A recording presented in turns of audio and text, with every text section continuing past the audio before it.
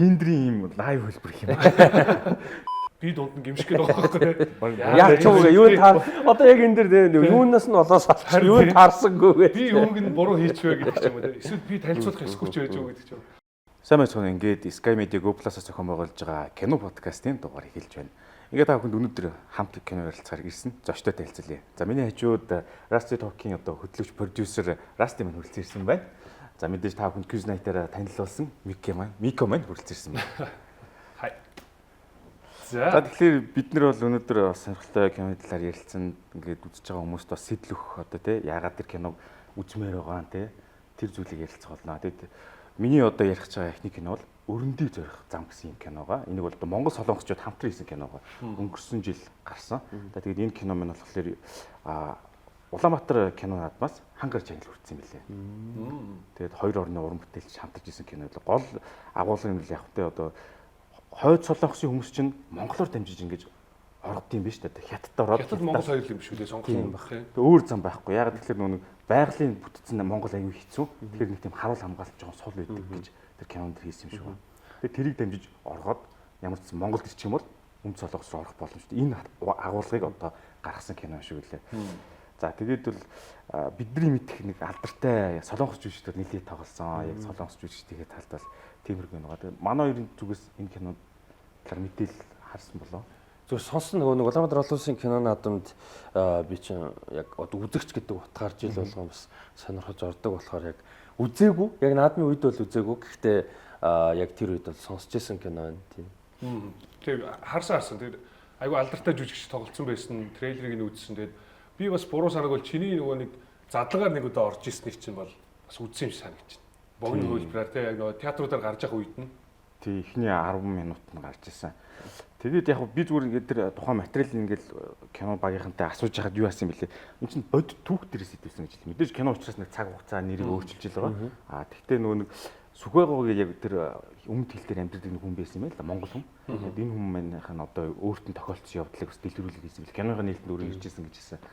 Тэгэхээр 2000-ад оны ихэнх үед яг энэ оргилдөө хүрсэн юм байна. Одоо нэг хятадаар дамжаад Монгол руу зогтох тэр үеийн үйл явдлыг дэлгэрүүлэх кино болсон баг. Кино болгож хийсэн юм шиг үлээ. Тэгээд яг үзэж байхад л над төрсэн сэтгэл нь юу вэ гэхээр ингээд Монгол хүний нэг юм сайхан сэтгэл байт юм байл та. Ямар ч одоо улсын хүн байсан сайхан туслаад хоолж унтлаад ядарсан бол тэ одоо ус унд хүлээд тэр үедлээ бас гоё харуулах гэж зорьсон болов уу гэж харагдчихсан. Ерхэдөө бол одоо тэгэхээр орж ирэхээр скватерд орон тавиар орж ирэх үү? Аггүй. Бүр урд хэлээр юм билээ. Говь гардаг. Бүр говьор орох юм тий. Одоо өмнө говь хавцал юм байна. Тэгэхээр чин хятадаар бас нилээ явсан гэсэн үг юм тий. Нилээ гол руугаа явж байгаа таашаа харж ирэх нь шүү дээ тий. Яг кино үзэж байхад бол Монголын байгалийн зураг л ихгүй харагдсан. Дрон бүтээж байгаа шүү дээ тий. Агарын зураг нилээх авчихсан. Нөгөө нэг өмнө говь болын тэр нэг хүрэн ханын хийц гэдэг үл тэр газар ихэнх зураг авалт явагдсан байлээ. Одоо нэг юм Годзиллагийн нурууны сэвэнг гадчихсан шиг харагддаг байхгүй. Тэгээ тэн дээр аявих зураг авсан. Яг байшлаар бол тэр бол манай хил бол биш шүү дээ тий. Зураг авалтын гой үзэмж талаас нь хүмүүст харуулсан билээ. Тэр киног үзсэн солонгосчууд баг тэр байгалийн тогтцыг үзэх гэж бас нэлээ ирсэн баг. Яг л өмнө говь руу нэлээ их тэр хүрэн ханан хийц гэдэг газар хүмүүс их явд юм билээ. Кино зураг авалтын локейшнер одоо юу яах чинь төвчүүлэлт гэх юм уу одоо тодорхой хэмжээний ажилтгуулт тий ер нь бол ууг нь тэр чинь бас айгүй чухал юм шүү дээ тий. Тэгэхээр тэр бас болж ш хүмүүс тэр татсан бол анхаарал татаад тэрийг сонирх хүмүүс ирж яах гэдэг чинь бас болж л байна уулын гоё санаа. Одоо ингээд кино байршлаар ингэж явдаг юм жуулчлалын хэсэг бол солонгост айгүй сайн хөгжсөн юм. Тэр газрынх нь орлого нэмэгдэх ч юм уу. Тэгээ маань кино зураг авчихсан гэдэг үнийн нэмэгдэх ч юм уу. Одоо Parasite киноны тэр байршил чинь бүр амар алдартай болсон шүү. Яг тэр шиг ийм одоо анимууд дээр бол тэр бүр алдартай шүү дээ. Японд тэр бүр энэ нөгөө ядж хахад яг амьдрал дээр байдаг газруудаа зурдаг тийм. Тэгээ тэр хэсгүүд нь бүр ингээд айгүй алдартай болчихдаг тийм. Яг манайд ч нэг хэсэг юу байгаа шүү дээ. Говьд ирж фургонтой аялах. Тэгээд болсон шүү дээ. Нэг сүүлийн хэдэнд л нэг хэсэг баахан влогод гарсан шүү дээ тийм. Тэгээ фургон дээр гарч сууж зураг авахулдаг. Тэр чинь нөгөө хүргэл төрлийн нэвтрүүлэг бүр дэвэр гиссэн шүү дээ. Тэгсэн сүүлд бол хүргэл төрлөө. Тэрний өмнө чинь нөгөө нэг хамтлаг ирээд клип хийсэн. Тийм клип хийсэн тийм. Тэгсэн. Тэгээ үүнийг дагаад бас нэг сонин бизнес аягүй сайн хөгжиж байгаа юм. Тэр нь болохоор нэг яг нэг авч явдаг хүмүүс Монголд хоорны хилтэй тэгээ зохион байгуулад тэр хүн бол ерөөсөө юу ч гарахгүй зэ. Зүгээр зохион байгуулалт хүн машин дэрэг хүмүүсийн хөслөд болоо. Тэр хүн аягүй сайн хийдэг гэсэн. Би 2-3 өнөөс тийм үс хийдэг маа найз байна. Болчихсон. Юу тэгээд одоо ер нь бол түүхэн үйл явдал кино тийм Тэгээд аз жаргалтай төгсдөг үү яадаг вэ? Ер нь бол ад жаргалтай төгсөн. Тэгтээ бас үн чи үхэл кино төвчд үхэл хагас нэлээд гарч байгаа. Заримдаа одоо зарамдаа ирж байгаа дүрс минь зарим нь хүрдэг ч юм уу. Тэгэд манай бас хилийн зэргүүд бас жоохон амар ирсэж байгаа нь тултаад тэр чинь нөгөө хил гарч байгаа нь хойноос нь хөөгөөд хойц солонгосын тэр бэлтгэгдсэн зэргүүд яваад байгаа байхгүй хил нэвтрээд. Хойц солонгосоос бас зэргүүд хөөгөөд. Манайх чи хил зөрчигч гэдгээр нь урдаас нь хөөгөөд. Бид нар бол тусалж байгаа. Гол зорилго нөгөө нэг айгүй том хойд солонгосын даргын охин цугтаж байгаа юм байна. Дарга нь аав нь асуудалд орсон. Тэрийг нь хойноос нь барихын тулд хойд солонгосон зэрэг. Бүр тусгай зэргүүд явж байгаа юм шүү дээ. Гэтэ тэр нь усаас нь тавиулаагүй зориуд явж тэр амьд гэрчээ барихгүй бол өөртөө асуудалд орох гэдэг учраас нэг ашиг сонирхолтой тургуулаад хойноос нь хөөгд байгаа байхгүй. Тэгээд нэгд Монголд ороод ирчихээр манай хилийн зэргүүд бол туслаад байна гэсэн үг юм уу? Яг эхлээд нөгөө нэг манай одоо ардын жүжигчин Саран Туягчийн тоглосон дүр маань одоо тусалж байгаа яг. Зөв. Айл. Элсэн махан дунд унтсан байхад нь хүүхэд нь болоод тэгээд туслаад сэргээж байгаа. Нөгөөд нь хилийн зэргүүхэндээ мэддэгдээд хилийн зэргэн дээр яж нөхийнхээ ардуутай аюу сайн найзууд хэлээд тэгээд нэг санаанд үуч юм уу тэд нэг солонгос охин байж нэг айлын тэгээд тэр охин орчиод чигээд. Гэтэ кино зохиолын хувьд л яг ерөнхий бүтцсэн байна. Одоо нэг хим маяг бол ивдэггүй. Зарим нь ингээд нэг жоохон ингээд лог зөрчлөө бид чинь. Тийм бол одоо энэ өрнөдийг зорих замд бол тийм нэг харагдаагүй. Ер нь бол давгүй кино. Ганц хоёр нэг шүүмжлэл юм бол CJ дээр нь жоохон илт мэдээд. Тэр нь юу гэхээр нэг овийн шуургууд шүү дээ. Тэр нь ингээд жоохон ингээд мэдгэхээр уулз болж байгаа биш. Одоо яг тэр үдэн зураг авалт тааруулж хийх бас хэцүү л байна. Хүлээгээд байна. Хин Жаки Чан чинь бороо орохыг заавал хүлээдэг байсан гэж дээ. Бороо ормоор л байна. Тэ одоо зураг авалтан дээр бороо л ормоор байна. Тэгээд Америкт очиод хийхээр зардал айгүй өндөр гардаг болохоор бороо мороо хамаагүй зүгээр өнөөдөр зураг аваад дуусгах чи гэдэг тийм хандлага. Би бол хизээч өөрөө тэгж кино хийдгүү гэж ярьж байсан. Тэр нь Холливуудын нөгөө кино хийдэг хэм маягт өөр айгүй дургүй байсан шүү дээ. Тийм. Бид нарт яг Холливуудын зарим киногоор хөржлээсэн баг. Гэхдээ ер нь яг өөрөө тэр процесс нь бол айгүй дургүй тийм. Яг сая нөгөө бороо орохыг хүлээдэг гэдэг шиг 1917 шүү дээ. One Continuous Shot. Тэр кино чинь болохоор юу яасан юм нөгөө нар гарахыг хүлээгээд зураг авахыг зогсож ирсэн. Behind the scenes чинь яг л нөгөө нэг гэрэл гэж байхгүй байгалийн гэрлэр гэж үйл учмууд гэдэг нам зогсдог. Нар гарахыг хүлээгээ бөөнөр ингэж сууг. Нар гарлаа ангууд буралдаж камераа заагаад бичижсэн. Тэр түүх байсан гарч илээ. Тэгээ нэг үргэлж шотор авна гэдэг амар тийм. Үнэхээр чанга тэр бол үнэхээр хэцүү. Би нэг тийм 10 минутын тасралтгүй шорт фильм хийж үзсэн байхгүй юу? Нөгөө машин дотор яваал. Нэг зураг авалтаар тасралтгүй зураг авалт үнэхээр чанга болоо. Би тэрэн зориулж ингэж машины ингэж бүтэн камер ороод машины гаднаас нь тойрдог юм стап гарнуураар хийсэн байхгүй. Цонхон онгорхоо. Тэгээд тийм бүтэн цаграг хийгээд энэ машины камераа тэр зам дээр камер залгах хөдөлгөөнгөө яваад. Тэгээд хөө хин чим. Children of Men дээр явдаг шиг үү? Children of Men дээр чинь нэг амар том үргэлж хэсэг байдаг шүү дээ. Боо юм болж явсараа машин суугаад үргэлжлээд явдаг. Тэр шиг юм шүү дээ. Тэгэл камера доош нь харуулсан эцэн тэгээд нэг 360 камертай өссөн үсгээ авдаг. Тэгэл хийсэн ч гэсэн нөгөө нэг юм ойгоол айгүй хэцүү дараа нь CJ ингэж эвлүүлэх гэж. Тэгээд энэ One Continuous Shot үнэхээр багийн амт орохт хэцүү юм бил гэж бодсон. Яг уран сайхны кинон дээр яг тийм нэг үргэлж зураг авалтыг яг нэгдүгээр хийхэд маш хэцүү. Хоёрдугаар яг шаардлага байна уу гэдэг нь бас том асуулт нэ байхгүй тийм яг зохиол өрнөл юмдаа тэр нь яг гол хэрэгтэй юм уу эсвэл зүгээр л тийм кул болохоор ч юм уу тийм магадгүй хэцүү болохоор ч юм уу хийх гээд байгаа юм. Тэгэхээр нөгөө угал сүлээхээс эхлүүлээд энэ рүү орчлуул гэдэг.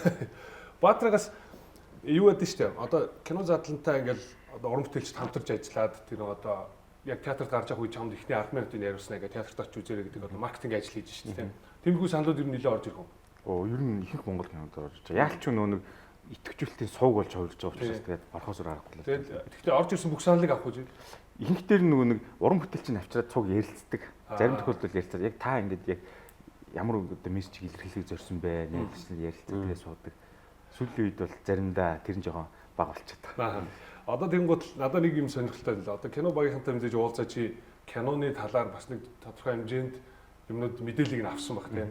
Тэгээ өмнөдийг зорих замд кино өөрөө хэрэг зардалтай болж тийм хэрэг зардлаар бүтэж дээр нь одоо Солонгосын бидний бүр олон жилийн өмнөөс л одоо Солонгос гой гой нэг ангитай тийм кинонууд дээр хардаг байсан мундаг жүжигчдийн тэр орж ирсэн л харагдажсэн л та. Тэд нар тэр хүмүүсийг одоо чинь цалинжуулахад ямар хөө байд бол гэдэг. Тэр бол одоо бүр нууц private production баг ил мэдээлэл байх бас над хэлэхгүй шүү дээ тий. Ер нь бол ихэнх зардлууд нь Солонгос жүжигчтэй явсан байж магадгүй. Тэр нэлээд алдартай жүжигчтэй. Харин тийм байлээ. Тэгж л бодож байна. Монгол зураг авалт нь бол Монгол талынхаа хариуцаад хийсэн байлээ. Бидний мэдхээр бол Самдан бүрүү тоглосон байлээ. Эрхэн баяр жүжигч яах тоглосон байлээ. Ардын жүжигчин Саран Туягч тэр. Тэгэд яг тэндээс би үдчихэж байгаа зардлыг сайн мэдгүй. Гэхдээ киноноос нэг зүйл надад гоё санагдсан юу гэхээр тэр нөгөө нэг гол дүр тоглож байгаа Саран Туягч минь мөрчийн дүр хийж байгаа нөгөө нэг.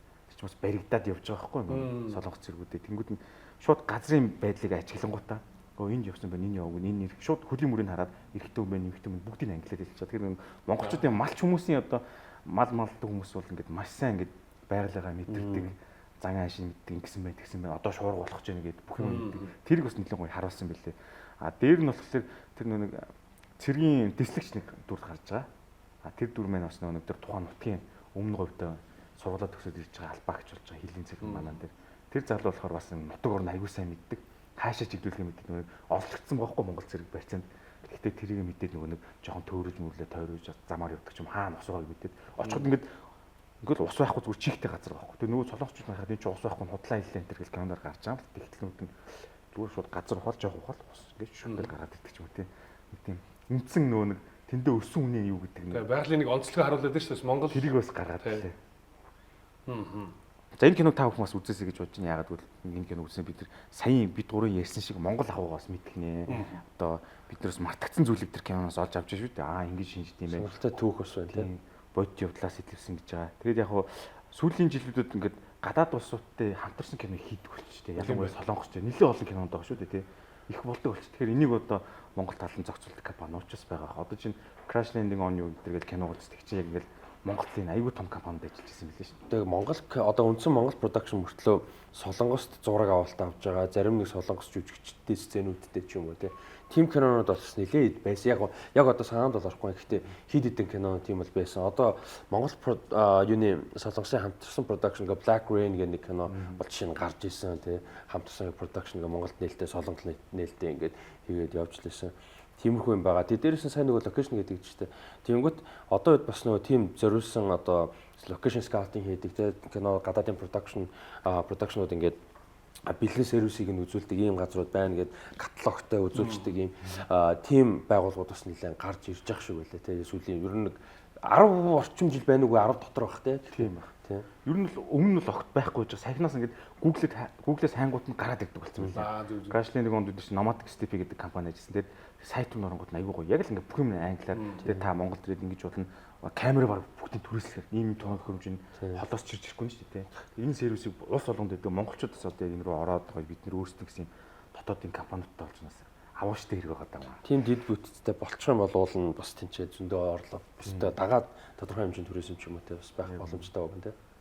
Сүүлд нь мэдсэн шүү дээ монголчууд чинь зураг авалтыг чи явцсан байсан байна гэдэг. Юун дээр одоо нөгөө солонгос жуулчид Монголд ирж байгаа шалтгаан өөрөө солонгосч ингээд айгүй их уултай, модтой, тэгээ далаатай. Гэхдээ тал газар юусэн байдгүй.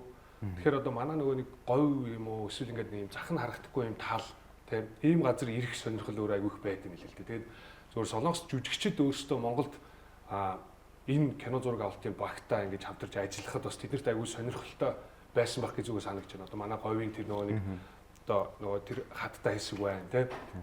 Тэгээ цаашлаад тэр чинь ингэж ерөөсө зах нь харагдахгүй газар гэдэг тэднэрт аягүй сонирхолтой байдаг юм байл л дээ. Далаагаал тэгэж мэдхээс биш. Монголын хамгийн онцлог хэсэг нь бол тэднэрт тэр байсан байх гэж зүгээр санагдаж байна. Одоо энэ кинон дээр ажиллахад тэгээ яг нэг солонгосчууд ч Монгол ирж ажиллах дуртай байдаг шалтгаан нь бас нэг зардал жоохон бага болдог гэсэн. Яг нэг тийм үнэтэй биш. Одоо жишээ нь Crash Landing on You чинь нэг багцаалын төмөр замын хойд солонгос хэсгийг авсан чинь Монголын одоо төв багцаал шүү дээ тий. Айгүй хөөрхөн гоо тэгээд тэмүүлтэ дээрс нь харагдсан бас болоод байгаа байхгүй. Таалан тий богоо. Тэгсэн чинь уг нь тэр зургийг авах хятад хийчихсэн чинь бүр асрын дүнтэй бүр боломжгүй болоод Монголд айгүй сайн ажил нүтдэг гинэ тий. Дуртай идэв шиг байна. Нааш ир. Хойд солонгос шиг харагдаж байгаа. Зарим нэг өмнөхөр одоо тэр нэг хуучин Оросын богоо хангалттай хөгжиг болгоо тэр бас тэр талаараа байдаг байх л та. За бидний одоо энэ нэвтрүүлэгч нь ер нь ингэж 3 дугаар гарна. Бид 3 нэг нэгээрээ хост хийн. Тэгээд хост хийж байгаа хүн болгон маань 2 кино санд болгож ярина. Тэгээд тэр киног үзсэн байвал биднээс магадгүй илүү дэлгэнгүй ярих бах. Жишээ нь Өмдөг зорих замд гэдэг киног үзээгүй юм байна л да. Бид хоёрын хувьд тэгж таар. Гэтэ сэдв сонирхолтой. Сэдв сонирхолтой. Трейлер үзэхэд ерөнхийдөө ойлгогдож байгаа байхгүй тэр кино чинь. Тэгээд би зүгээр хувьдаа нөө үзэгчийн хувьд надад энэ болсон явдал дээр суурилж хийж байгаа кинонууд айгу сонирхолтой санагддаг. Тэгээ дараагийн Rust-ийн дугаар дээр гарах кино ч гэсэн яг үзсэн байж таарсан. Тэгээ тэрийг киноныхаа араас нөгөө нэг болсон үйл явдлыг ингэж хөөж одоо тэр хүнийг нь бодит хүнийг нь олж харах гэдэг чинь судлах тий. Судлах тэр айгу сонирхолтой санагддаг. Тэгэхээр Өмдөг зорих замд гэдэг киног ер нь бас Go Plus-аас үзье гэж бодож байна. Монгол кинодоос сүүлийн үед нэг үзэж чадахгүй, цаг гаргаж чадахгүй байгаа даа. Тэгэхээр Мико хэлсэн шиг та бүхэн маань бас Go Plus-аас энэ киног үзээрэй. Яагаад гэвэл бисэн те бодит хүн нь одоо хүртэл амьд байгаа. Тэгээ киноны нээлтэн дээр ирсэн. Онц хилчин гэдэг одоо цол авсан юм ба шүү дээ. Тэгээ сайн ажилласан гэд шагнад юм. Тийм сүх байгаа гэсэн хүнээс сэдвлэж одоо энэ киног үзсэн байна. Тэгэхээр та бүхэн бас үзээрэй. Бас Монгол орныхоо одоо те гоё байгалыг ялангуяа Өмнө Говь аймгийн Хүрэн хааны хийц гэдэг тэр маш гайхамшигтай тогтцыг бас хараарай. Би сая жишээлбэл те Godzilla кино шиг яг тийм яригддаг те. За нэг зүйл сонирхолтой та бүхэнд энэ кинонуудаа та бүхэн үзээд бидний санд болгож байгаа кинодыг үзэх тутамд та ингэж оноо цогцолнаа. Оноо цогцолохоор та тэр оноогоороо дараа нь Apple-ийн бүтээгдэхүүн очих юм байна. Энэ кинодыг ханаас үзэхээр Go Plus руу ороод Apple-тэй кино гэсэн цэс байгаа шүү. Тэндээс ороод үзээрэй. Кино бол оноотой. Тэгэхээр та бүхэн бас сүүлийн iPhone-ы загваруудыг бол хойж байгаа нэ шүү. Кино үзнээрээс. Apple-ийн өөр бас нэг сая чихвч утас гэж ярьжсэн. Тэгэнгүүтээ оноонод нь цуглах тусам, их цуглах тусам магадлал нэсэн. Яг зөв. За ингэж бидний ярих дараагийн кино бол 2025 оны 6 сард ер нь үзэгчдийн хүртэл болсон Materialist хэмээх кино байна. Энэ киног бол одоо монголчууд бол нэлээд сайн мэдэх нөө Past Lives гэдэг киноны найруулагч хийсэн байгаа. Celine Song гэдэг хүн найруулсан байгаа.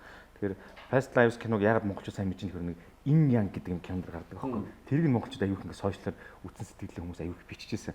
Тэр киног найруулсан Celine Song гэдэг найруулагч маань хоёр дахь одоо бүр хэмжээний уран сайхны кино нь энэ Materialist хэмээх кино гамаа. Энэ кино бол их сонирхолтой. Ярих сэдвч бас нэг юм байгаа.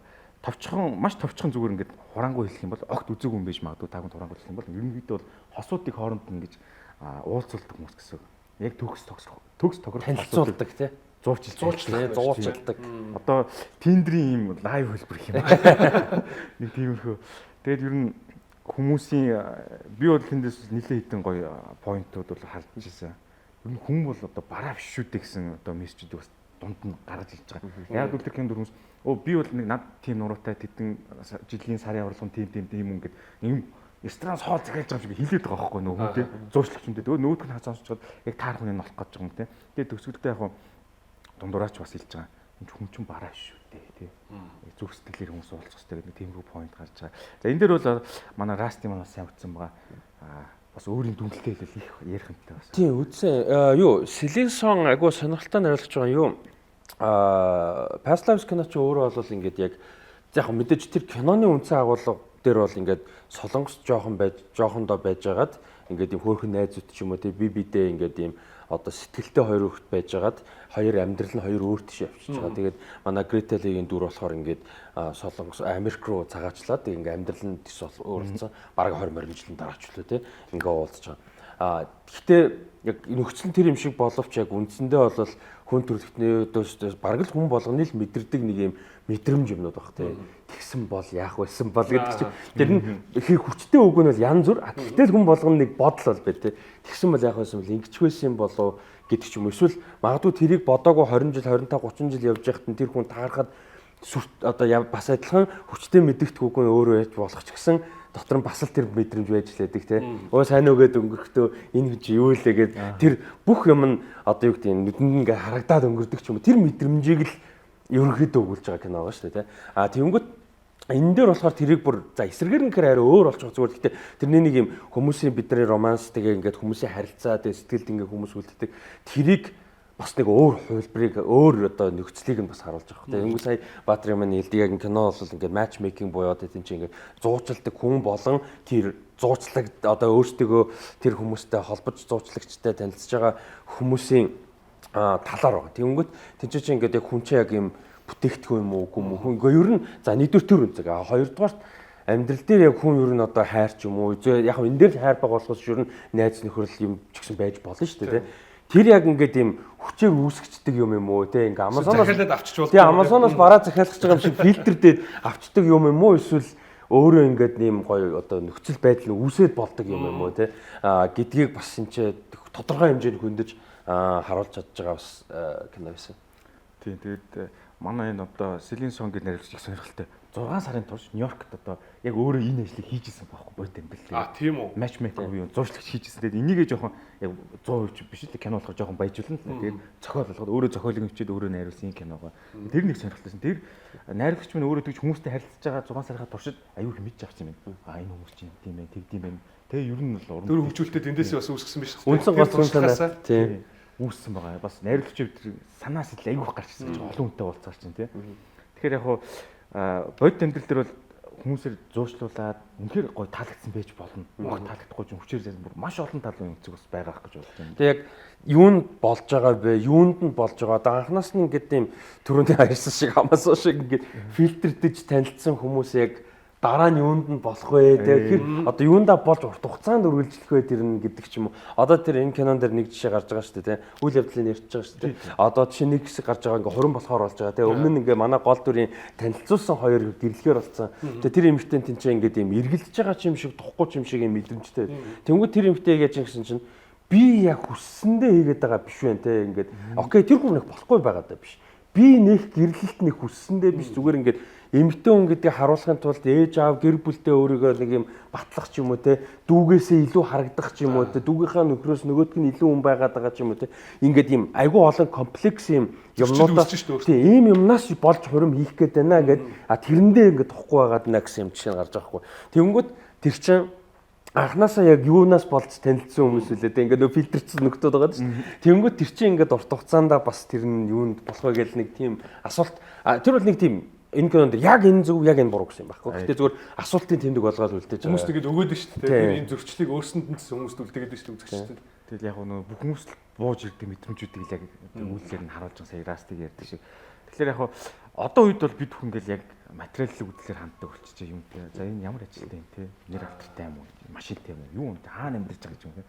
Тэрийг бас баг зэрэгээр ингээд жоохон хөндөд өгч байгаа. Нэрний утга учир бас тэнд яваад шүү дээ. 100% бас тийм шиг гэж байгаа. Яг растыг хэлдэг шиг олон хүнцэг байгаа те. Үзэгчдээ өөрсдөнд бодуулах юм орхиж байгаа. Гэтэ энэ киног та хараа үзчихвэл их хэсэг нэг сонь дээр үеийн агууд амьдарч байгаа хүн гарч байгаа те. Тэгэхээр яг тэрийг би үзэж бодсон байхгүй.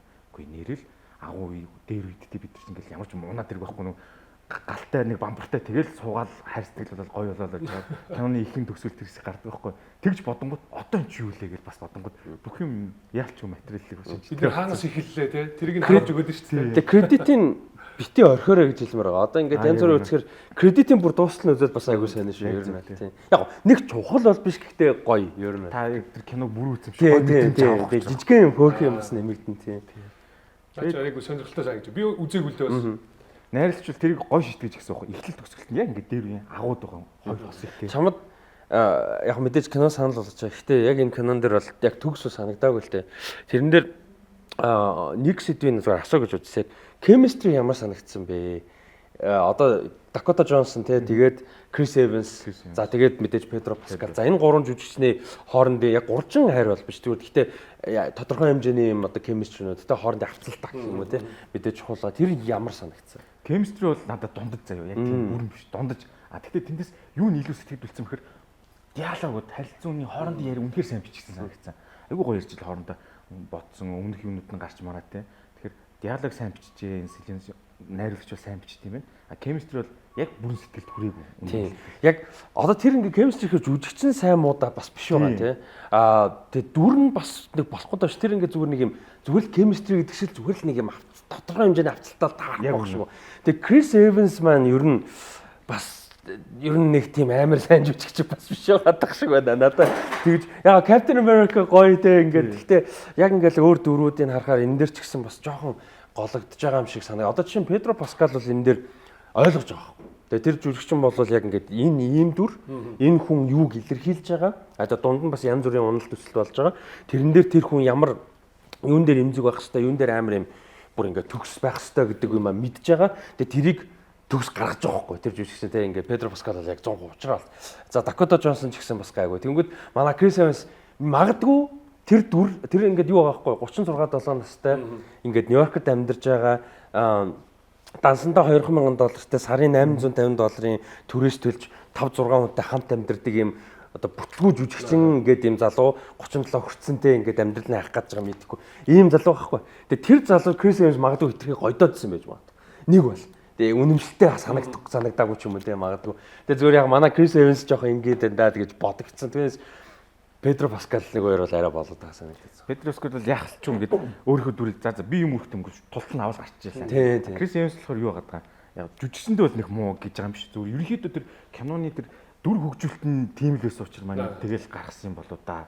Одоо зарим хэсгээр монголчууд бол яшглаш гэмээр юм байна. Манайч ингээд амар хүлээстэй ингэж ингээд тэгээд тийм хүмүүсийг хараа. Яг дүр нь бас тийг санагдуулж иж болох юм чинь. Ер нь яг тэр гол дүрийн 3 жүжигчин бол энэ кино руу айгүй олон үзэгчдийг хөшөөрлөх ихний үндэс бас болж байгаа.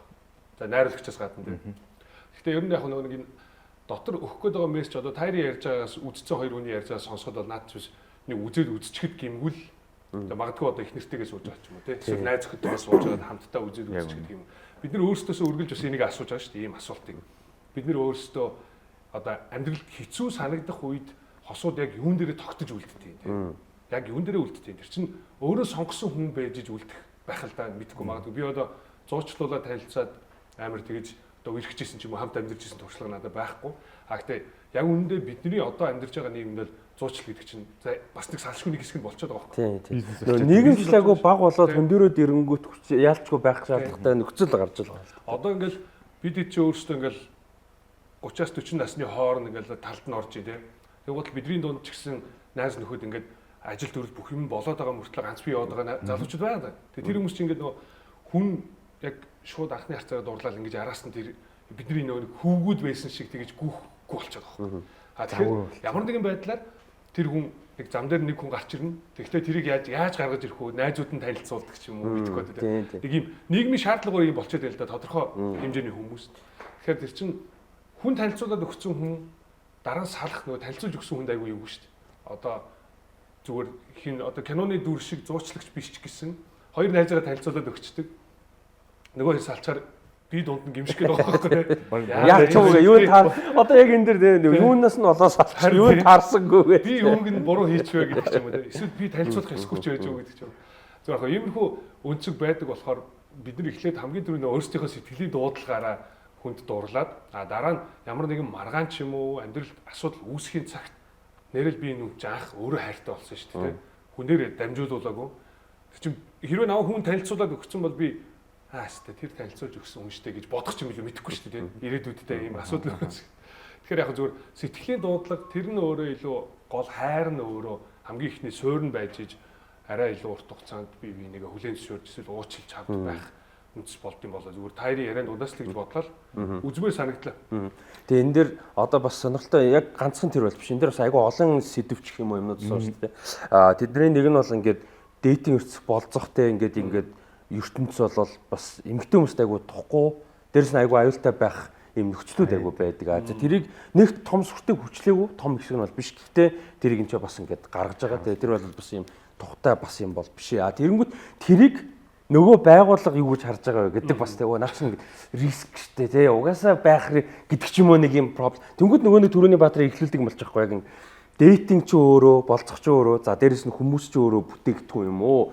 Чин тэг ингээд мэдрэмжтэй таалагддаг уйлдаг инээдэг сэтгэмжтэй хүмүүс юм уу гэдэг юм нэг асуудал болж байгаа. Одоо тендер мендер чинь бас ингээд хүнийг бүтээгдэхүүн болгож байгаа байхгүй бас нөгөө яг байгууллагаас нь арга юм бол тэр бас айгуу чухал сэдв байсан. Дээрээс нь бас нэг юм болохоор бид нар яг заавал хүн ингээд хүсчээвэл ганцаараа амьдарч болно зүгээр. Гэхдээ хүн урт хугацааны хамт амьдарч байгаа нэг тодорхой хэмжээний ямар сэдв биш мэдрэмж тодорхой хэмжээний зорилгоор сонгож байгаа вэ гэдэг айгуу чухал.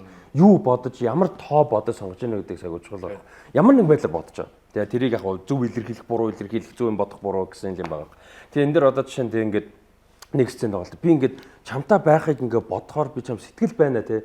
Гэхдээ ингээд чамтай байхыг бодохоор ингээд ийм шит ингээд ийм аргуу хоолны газар хямдхан хоол идэ те ингээд дэлбэрсэн машинтай хамт яваад ингээд хідэн хүнтэй хамт байр хуваагаад ингээд амьдарч байгаа хүссэн үсээгөө бодогдоод байна.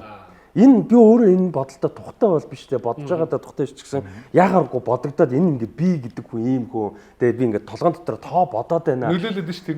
Тийм ингээд тэрийгэ зүгээр үнэ илэрхийлж байгаа. Хайртай байж болно гэх. Арчиж байгаа зүйл надад нөлөөлөл. Тэгээд чинь дээрэс нь амьдрал дээр бас практик юм байгаа байхгүй юм те. Яг дээрэс нь бас нэг эдийн засгийн хүмүүсийн ялгаа малгай яаж нөлөөлж байгаа энэ төр гэдэг бас нэг айгу чухал сэдв байгаа. Ер нь Селенсон найруулагч өөрөө тэр тал дээр айгу ач холбогдол гэдэг ярилцлага юмнуудыг харах юм бол ингээд экономийн нөхцөл байдлаас болж хүмүүсийн амьдрал ямар нөлөөлж байгаа гэдэг тэрийг айгу ярьдаг. Тэгэхээр тэр сэдвний чинь нүүрэн тулахгүй а гэхдээ бас дундуур нь яваад байгаа байхгүй. Тийм ийм бас сэдв байгаа. Тэгээд тэр чинь бас нэг юм яхаар хүний амьдрал нөлөөлөх юм байна л да. Одоо тэр чинь одоо эмэгтэй хүн те өөрийнх нь хамт байх гэж байгаа залуу 1000 хайртай байсан ч гэсэн те тэр хүнтэй яг тэгж байна гэхээр чинь буухгүй байгаа шүү дээ бас нэг. Тэгэхээр яг юуг нь сонгож ийнэ гэдэг бас яг одоо мэдээж хүнээс хамаар нэгцлээс хамаар нь тэр сонирхолтой байна. Энэ хүн дээр эмгтээчүүдийн хоорондын яриан дээр нэлээд их гарч байгаа нэг үг гэдэг. Тэр нь би бол одоо авсан дуртлаа ганцаараа амьдрнаа ч гэдэг юм те. Тийм үг нэлээд гараад байгаа байхгүй. Нэг бол маш баян хүнтэй суун, нэг бол одоо би ганцаараа үхье тий. Тийм яриа одоо сүүлийн үед нэлээд харагдаад үлээ. Одоо тийм эмгтээчүүд бас нийгэмдэр байгаа. Тэгэхээр эндээс юу гэж юм нэхэр нийгэм нь угаасаа нэг хүнийг ингэж шалгуурт оруулдаг болсон тий. Би эрэгтэй нь өндөр байх хэрэгтэй гэдэг ч юм уу. Эмэгтэй нь одоо тийм үзмжтэй байх хэрэгтэй юм. Тийм зүйл харагдаад тэр одоо шалгууртаа тэнцэх гээд нөгөө хүмүүс мөнгө төгрөг гаргаад одоо би эрэгтнэрээ ингэж нэмэлтэм хийдэг ч юм уу тий.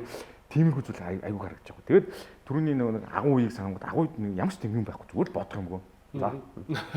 Тэрэн дээр бэлтгэлдэг шиг. Одоо тэрэн дээр бас энэ кинонд нэг хэсэг байгаа. Яг тэрэн дээр яж ихээр үгүй би ингээд одоо юу гэдэг чиний ингээд юутай байхгүй те ингээд үзэмжтэй чинь би амьдрахгүй үзэмж чинь байгаа мэдээж ойлгомжтой. Гэтэ үзэмжтэй чинь би амьдрахгүй би чи гэдэг хүнтэй байна. Тэг хүн чинь надаа чухал байна. Тэр хүн чинь миний хувьд хөрөнгө оруулалт байна гэж байгаа байхгүй. Хөрөнгө оруулалт мөн. Тэгээ ер нь бол харилцаа бол бизнес те яг одоо тийм үнэн зөв. Гэхдээ миний хувьд чиний царай зүс чинь биш. Би царай зүстэй тэрэнд чинь хөрөнгө оруулалт хийх гээд байгаа даа биш. Би ингээд чи гэдэг хүнтэй чинь байх гэдэг байна.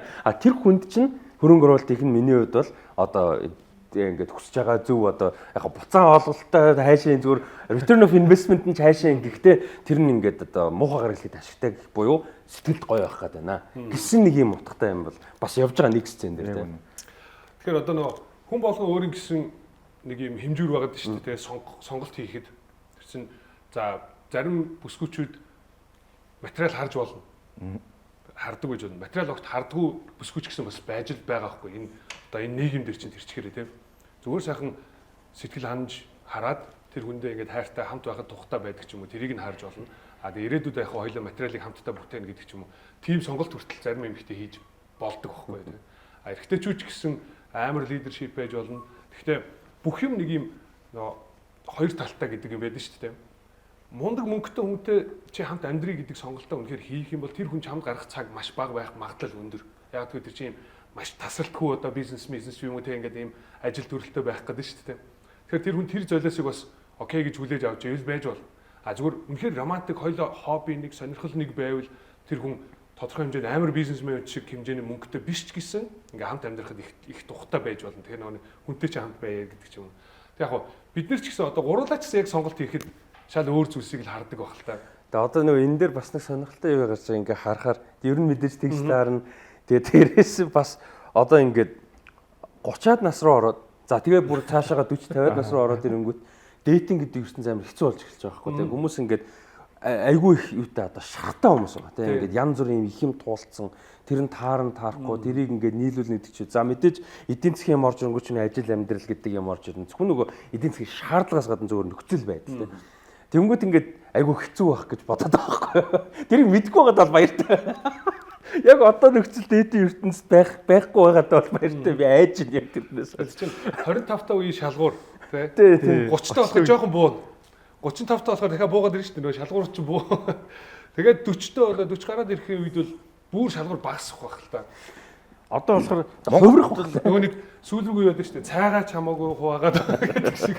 Ер нь ингээд айгүй өндөр хөгжсөн орнуудад энэ нөгөө зуучлах юм зүйл ингээд хөгжөөд тах шиг байна. Монгол бол одоогор тийм их биш үлээ. Гэтэ нөгөө өрний соёлоос гэдэг ч юм уу. Явандаа энэ Дэвид бид нар нөгөө цэвэр савл зардаг нэг шоолдог гэсэн шүү дээ. Одоо хэрэглэл тэрэн шиг явандаа энэ Монголд нэлээд хөгжих бий болох. Өрний соёлоос хамаарч яг тэгээ дээрэс нь юу байл да нэг хотод ихэнхдээ нэг хотод төвлөрж байна. Тодорхой хэмжээний насны хүмүүс нь ихэнхдээ нэг хүрэл доо. Яг нэг хүү таньдаг ингээл ер нь болцдог шүү дээ. Тэгэхээр яг бас гайгүй байгаа дах шүү. Яг тэг шаардлага нөхцөлнөөс арай тий нөхцөл нь жоохон өөр байх шиг байна. Гэтэ нөгөө сошиал медиа янз бүр юмнаас болоод бас хүмүүсийн одоо нөгөө нэг touch crush гадаа гараач гэдэг шиг тий тэр нь жоохон багасаад ирэнгүүт яалтчгүй тэр шаардлага жоохон нэмэгдэл байх л да тий.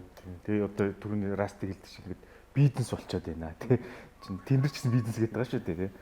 Тэгэхээр энэ киног нь бүтээгдэхүүн болчиход байна. Нөгөө нэг найруулагчийн өмнөх Past Lives кинон дэр хамт ажилласан зурлаач нь яг энэ кинон дэр ажилласан юм лээ. Зураг авалтанд бол надад их таалагдсан. Одоо бидний үеийн ч юм уу нэг жоохон тийм амар экшн гэхээс илүү ингээд жоохон 50 кинонд бас гоё санагддаг болчих. Айгу айж жоохон тэг өнгө нь их гоё байсан. Эвлүүлэгнийх нөгөө нэг хоёр дүрс кадр шилжил айгу таалагдчихсан. Ингээд шалан дээр цүнх хаяхад цүнхнээс нь уц дуурж байгаа дараагийнх нь шууд ингээд дараагийн кадр ч юм уу тийм хоорондоо эвлүүлэг болж таалагдчихсан. Тэгээд яг үдцэн хүнд бол асуулт зөндөө төрнө. Яаж яахгүй. Ингээд эргэтэй ч эмхтэй ч та ингээд энэ киног үзэх юм бол нэрээ би байсан бол ямар сонголт хийх вэ тийм. Би юу шийдэх вэ? Би энэ хүний оронд яасан бол тийм одоо бодол их орж ирнэ. Тэгэхээр нэг киног та хүнд үнэхээр үзээсэй гэж санал болгож байна. Хүнд нэг удаасан сайн кино байгаа шүү. Тэр дуусахгүй сэдвүүл болох юм байна. Тэгээ сонирхолтой яриа бол нэлээд гарна. Ер нь бол Үдчихэд бүр ингэмээ санагдлаа надаа. Хоёр эрэгтэй хоёр эмэгтэй хүн үдчихэд хилцүүлэг маяг юм хийгээд. Та нар ягаад ийм хүсдэг? Бид нар ягаад ийм хүсдэг гэдэг юм хийвлаач бас сонирхолтой сэдв болж магадгүй. ер нь хилцүүлэг бол айгүй гоё. Дуусахгүй шүү дээ тэр чинь. Тэгээд би энийг айхтар буруутгахгүй. Гэхдээ сонсоод тэгвэл ягаад энийг ингэж сонгож байгаа юм бэ? Энийг ягаад ингэж сонгохгүй байгаа юм бэ гэдэг ч юм уу те. Тэр болоосаа. Сонирхолтой кино. За тэгээд энэ кинон дээр нөө агентлаг гарч байгаа Adore гэдэг нөө тэр зуучлах байгуулагч юм байл та. Байгуулган гэсэн үг. Тэгээд тэн дээр нэг milestone ч нөө нэг тухайн ажилтны нэг амжилт болсон юу хүний гэрэл дээр байдаг нэг сонирхолтой санагдчихсан. Ингээд бөө баярлалаа гэж хүмүүс нь шуугилдаа. Тэгвэл нөө зуучлсан хүмүүс нь хоорондоо гэрлэхээр тэр нь одоо амжилт болд юм байл. Тэр хэсэг бүр ингээд юу гараад хөөх гэж бүр амар баярлал бүр байр зарлаа гэдэг шиг ба. Тийм байгуулахаараа бөө болж байгаа байхгүй. Тийм шиг л бол. Тэрийг одоо Аз хүн үзвэл гэж гайхаад тэгтээ бас сонирхолтой үйл явдалтай. Тунд авгүй кино тэгээ та хүн үзээрэй. Тэгээ бас тэр нөө зураг алтын дээр ганцхан нэг нөгөө зураг алт уурын амьсгал дээр гоё харагдаж байгаа. Тэрэн дээр нэмээд нэг нөө эн чинь амар үегүй одоо чи Parasite ч юм уу тэр шиг мэдээж биш аа. Гэхдээ тэнцээ ингээд орчны мэдрэмжийн ялгаа бас өгч байгаа. Одоо тэнцээ ингээд Педро Паскал амар баян залуугийн дүр байгаа байхгүй. Тэнгүүт ингээд Педро Паскалтай явж байгаа сценүүдийн production design айгүй гоё. Одоо тайз тасалт гэдэг чинь монголоор тийм тайзт айгүй юм цэвэрхэн гэрэг муугаа бусдын цэвэрхэн биш биш болох гэдэг. Гэтэ нэг баян харагддаг юм уу тийм мэдрэмж өгдөг тийм.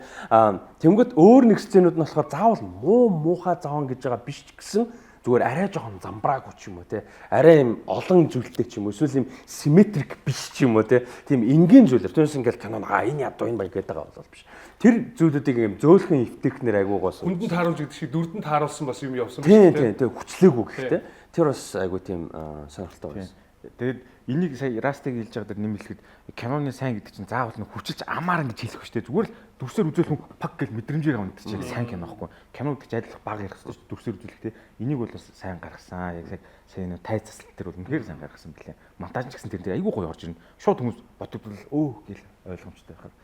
Ийм кино байна.